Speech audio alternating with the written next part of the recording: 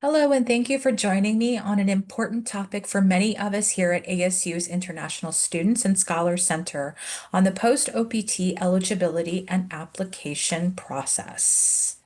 So before we dive into details, I would like to emphasize that the information provided today reflects our current ISSC advisement. And given the dynamic nature of immigration regulations, which can change, it is imperative to visit us at issc.asu.edu regularly for the most up-to-date announcements and updates. Let's move forward with our presentation. So here we have an overview of post-OPT, which is a unique opportunity that allows international students to gain practical work experience after graduating. This is a benefit that requires an application to the government, namely USCIS, who are the ones who process and adjudicate all OPT applications. Eligible students can obtain up to 12 months of post-OPT. If you use OPT time before graduation during your current program of study, it is called pre-OPT. And if you apply to use OPT after graduation, it is called post-OPT. This presentation focuses on post-OPT, so please check out our other webinars on pre-OPT if you are interested more on that topic. It is important to note that if you have previously been authorized for pre-OPT, that time will get deducted from the time that you can work on post-OPT. So let's dive into eligibility prerequisites for post-OPT. To qualify, students should maintain their full-time F1 status for at least one academic year and ensure that their status remains valid during the application process. Post-OPT is essentially meant to be utilized after you have completed your degree requirements, unless you are a thesis or dissertation student. Thesis or dissertation students are eligible to apply for OPT after they have completed their coursework and only have their thesis or dissertation remaining. For those students who are towards the end of their degree program, we usually recommend that students meet with one of our advisors if they have questions, since there are many different options available to them. So in general, CPT does not impact a student's OPT, but a student who does 12 months of full-time CPT, it will eliminate their eligibility for OPT. Similar as we had mentioned before that time on pre-OPT is being deducted from your post-OPT. So just one final note on pre-OPT. If you have done 12 months of pre-OPT, that also eliminates your post-OPT. This will depend on whether a student does part-time or full-time pre-OPT. For example, if you do 2 months of part-time pre-OPT, then it will only deduct 1 month from your post-OPT. Whereas if you do 12 months of full-time pre-OPT, it will deduct that full 2 months from your post-OPT period. So please keep that in mind. So when exploring post-OPT, certain things need to be taken into consideration. A job offer is not a requirement to apply for post-OPT. This is a common question we receive from students. But with post-OPT, you are applying for the benefit to work off campus in a job related to your major, so you do not have to have a secure job to apply. Students have 90 days of unemployment while on post-OPT that is related to their field of study. This means that you can find a full-time paid position, you can volunteer, paid or unpaid internships, or you could have multiple jobs. In total, you must work at least 20 hours per week on post-OPT, but you could accomplish this with multiple part-time positions. For example, you could have one position for 15 hours a week and another one for 5 hours a week, as long as each position is related to your major and you work at least 20 hours a week total there. The most important aspect of employment on post-OPT is that all work must be related to your field of study. A common question students ask is if they have one job that is related to their major and is at least 20 hours a week, can they also do a job that is not related to their major, or can it be their minor? The answer is no on both of these. All employment on OPT must be related to your major or primary field of study.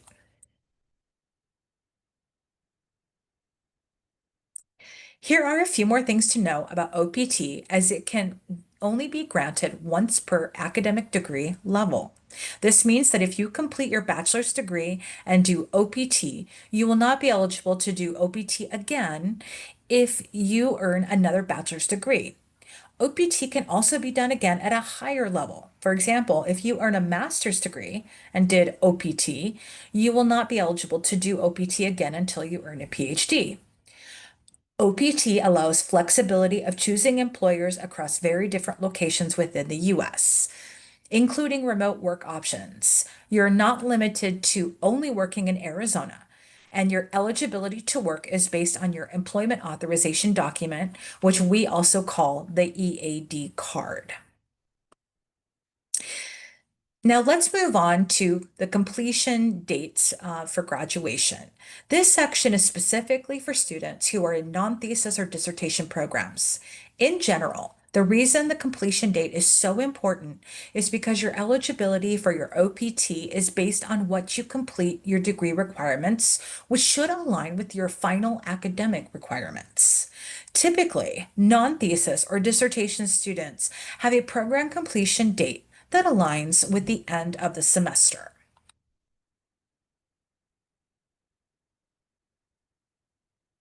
For graduate students who are considered as thesis or dissertation students, the program completion date may be a bit different.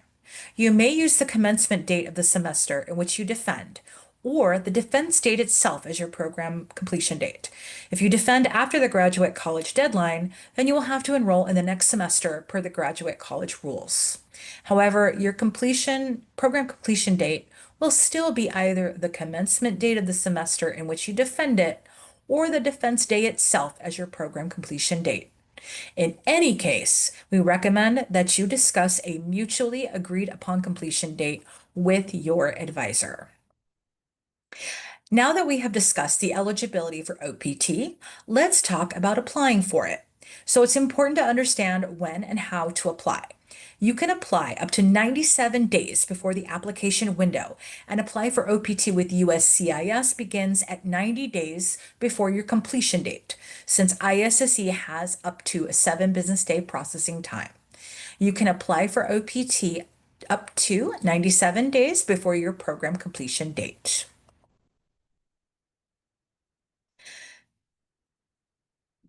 If you would like to apply for OPT, we recommend applying as early as you can. A part of the OPT I-20 eForm request requires that you input the information of your academic advisor. So it is important to contact your academic advisor, since your expected program completion date may vary based upon your current academic program requirements. We rely on your academic advisor to confirm this information. So if you have any questions about completing your program, please consult with them.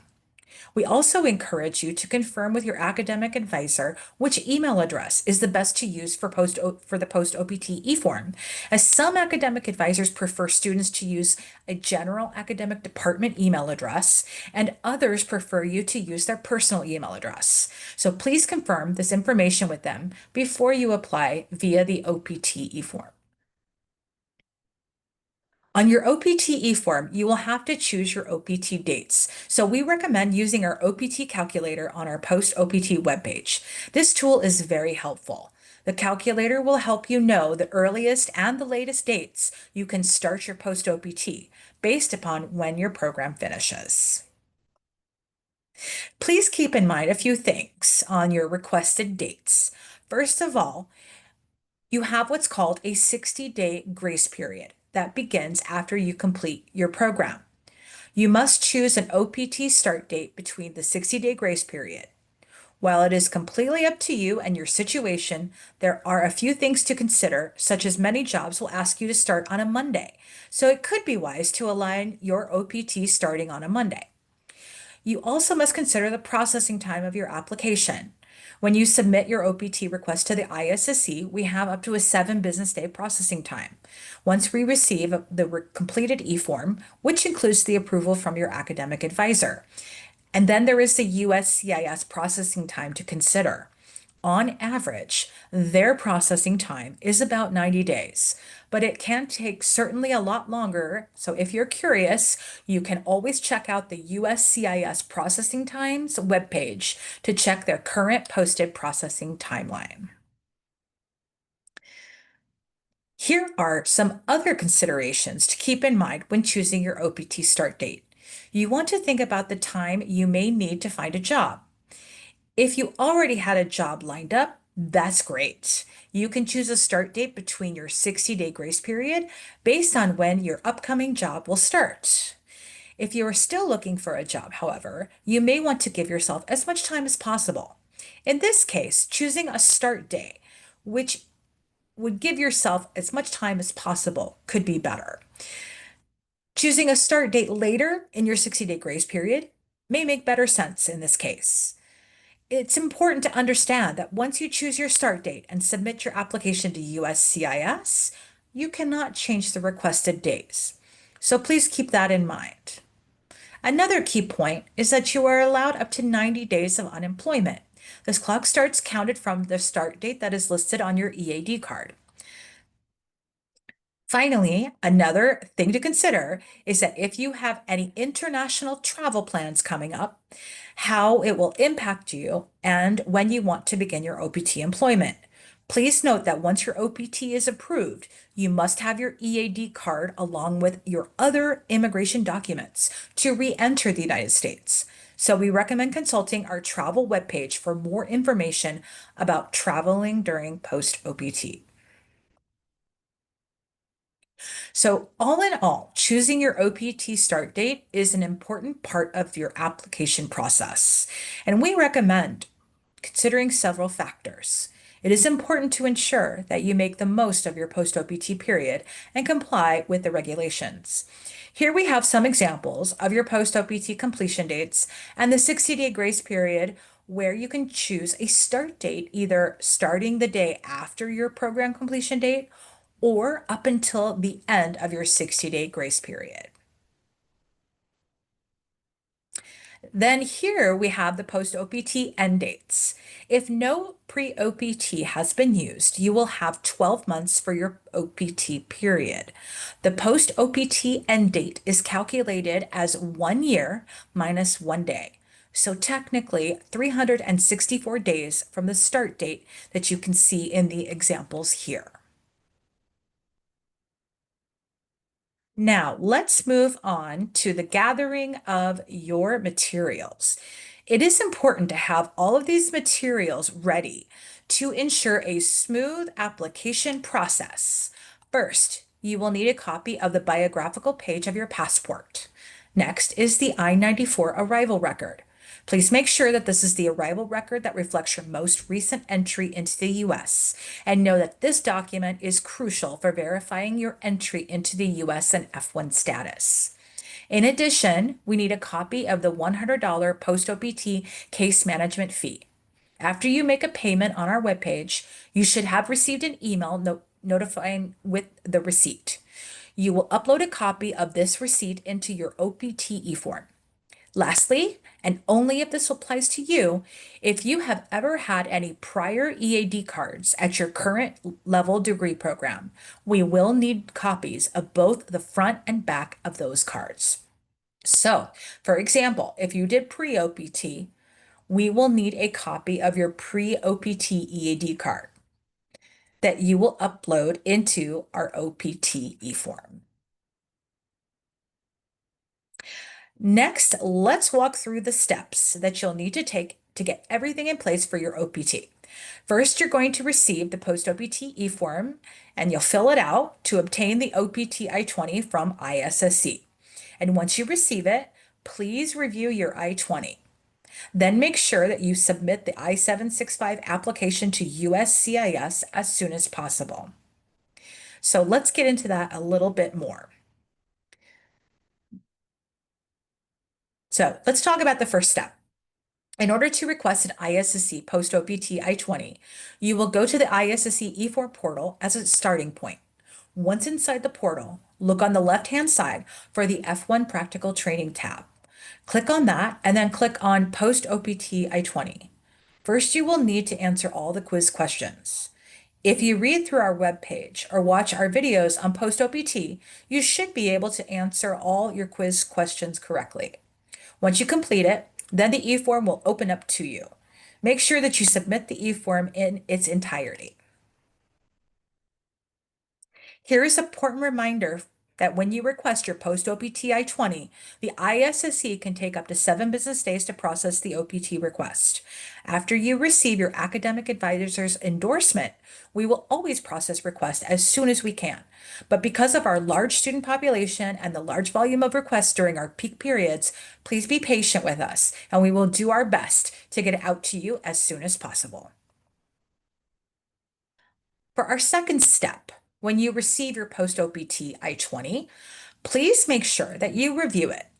This document is crucial for receiving your EAD card. So let's go over why you need to check page 1 and page 2 of your I-20 before you submit your I-765 application.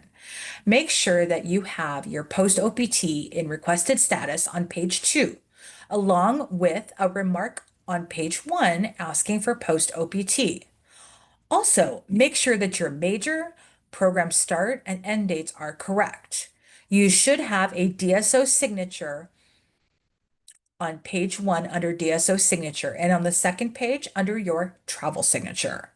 Don't forget your own signature, which should be a wet ink signature at the bottom of page 1 when uploading it in the I-765 application. When you send your post-OPT I-20 that says OPT requested on page 2, please note that you must submit it to the I-765 application within this time frame or it will expire. If it's been over 30 days since it was issued, you will need to request a new I-20 under our replacement I-20 eForm. Since USCIS must receive your application within 30 days of when your post-OPT I-20 was issued.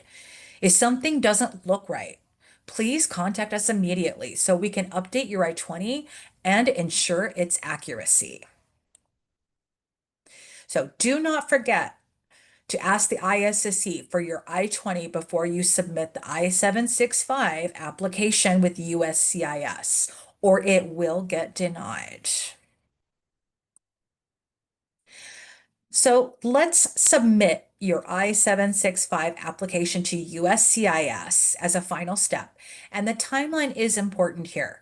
Please remember that USCIS must receive your application within 30 days of the date that ISSC issued your I-20. USCIS must receive your application before your 60-day grace period ends, and we recommend not waiting until the very end of your grace period, which means submitting your application no later than 7 days before the end of your grace period.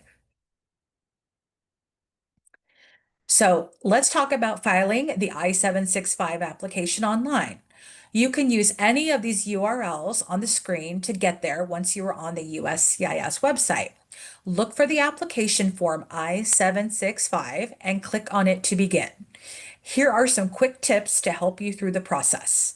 The online form will guide you based on your answers, so it's designed to be intuitive. Try to answer as many questions as you can. Don't worry about completing it all at once. USCIS automatically saves your answers so you can work at your own pace. And remember, your draft forms are saved for 30 days from the last time you work on them. So if you need a break, you can come back to it later without losing your progress.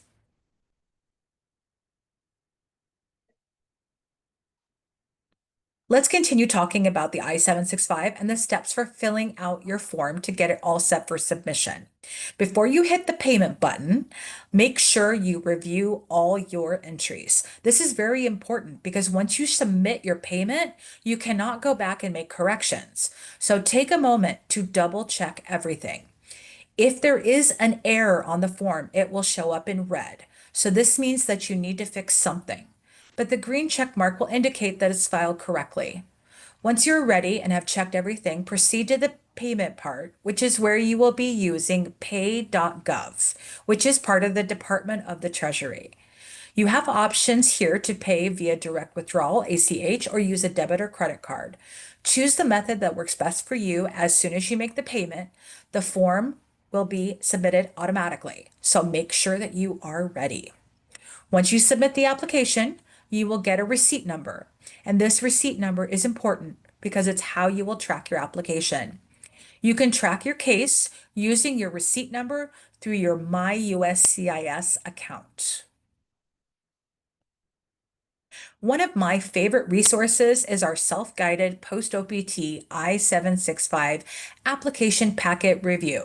It is a very comprehensive and helpful post-OPT Canvas course, which will give you step-by-step instructions on the I-765 application and provide you with screenshots of how to answer various questions. So make sure to enroll in it.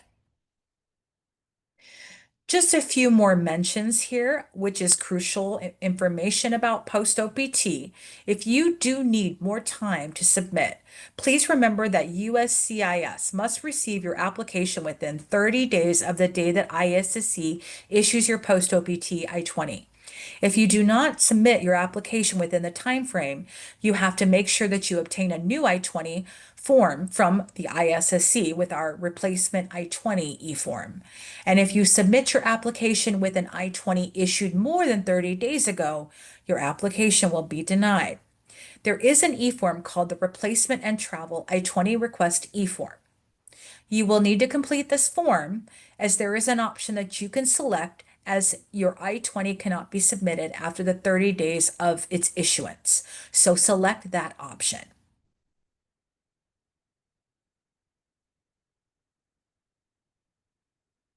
When you filed your I-765 application with USCIS, you should have received a receipt number.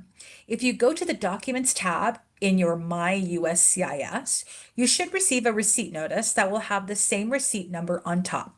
This receipt number should start with IOE. Knowing that receipt date is helpful, as it can help estimate when your application will be adjudicated. If you have questions regarding your application to USCIS, their contact information can be found on this notice.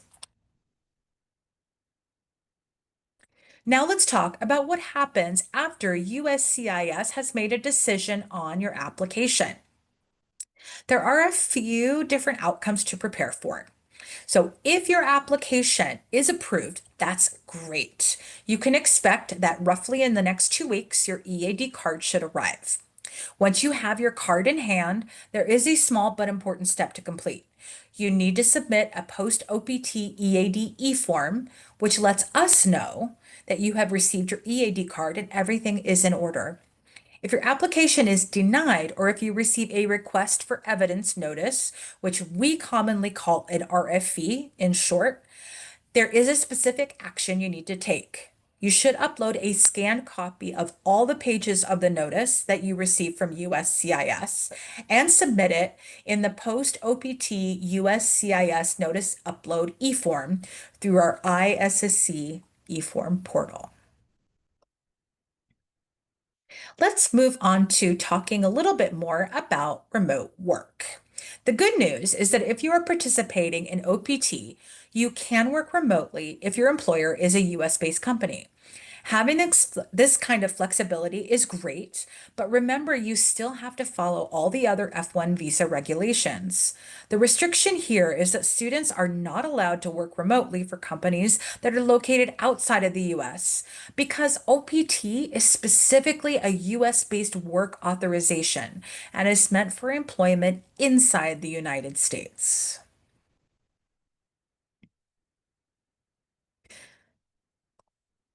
So let's talk about a possible scenario. What if there is a delay in the completion of your thesis or dissertation in relation to your OPT period?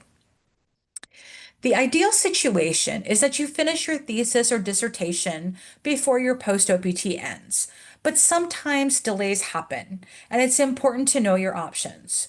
For those who are not eligible for the STEM OPT extension, if you do not complete your final degree requirements during your OPT period and you are not eligible for STEM, or don't apply for this STEM OPT extension, your situation needs careful attention. In this case, you cannot stay in the US in your F status beyond your post-OPT period. We recommend that you meet with our ISSC advising team right away if you encounter this situation. And for those of you who are eligible for the STEM OPT extension, things are a bit different for you.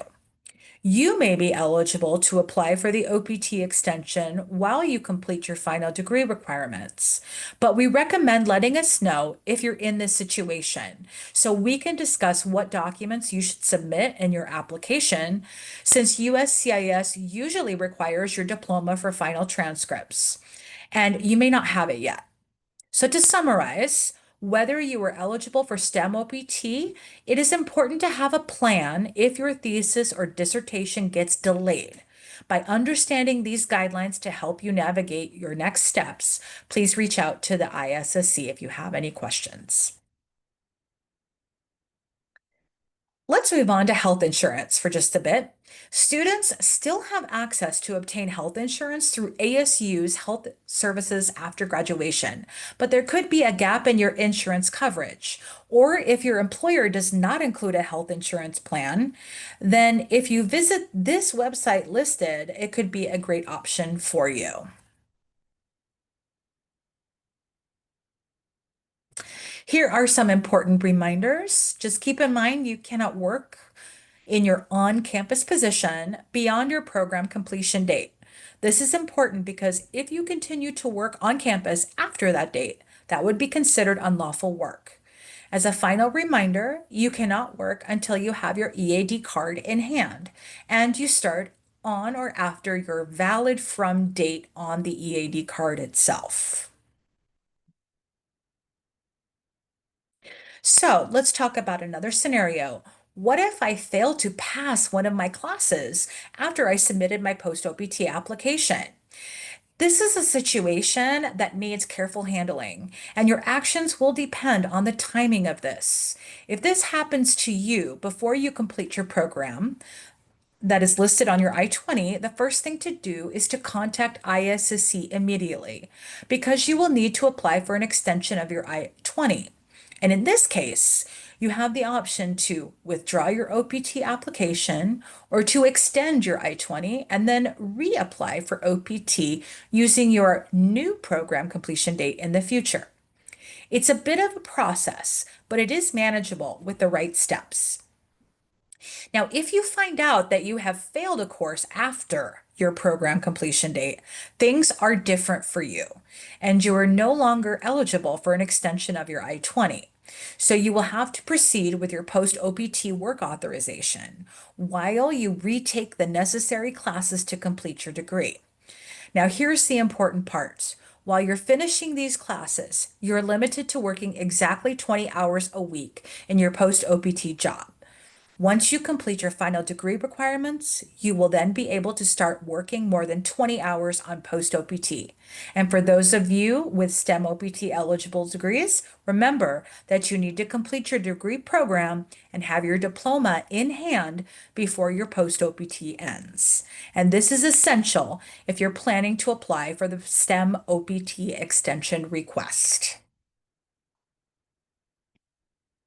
So, where are you in your career search? Please know that Career and Professional Development Services, it's a great resource for all students here at ASU, and they offer so many resources that can assist you in this area. Here are their locations and how to make an appointment with them. So please take a look. They're available at each campus.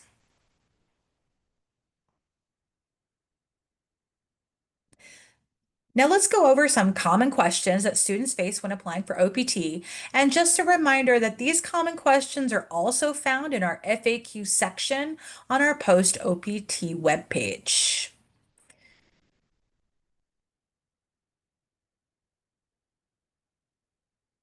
First question is, can I change my post-OPT dates after receiving the post-OPT I-20? Yes, as long as you have not filled out, your application to USCIS, you can request an I-20 replacement with a new post-OPT start date through the My ISSC eForm portal. Next question. What happens if I get denied or receive an RFE or request for evidence? So in this case, you can upload the scanned copy of all the pages of your notice from USCIS through the post OPT USCIS notice upload eForm.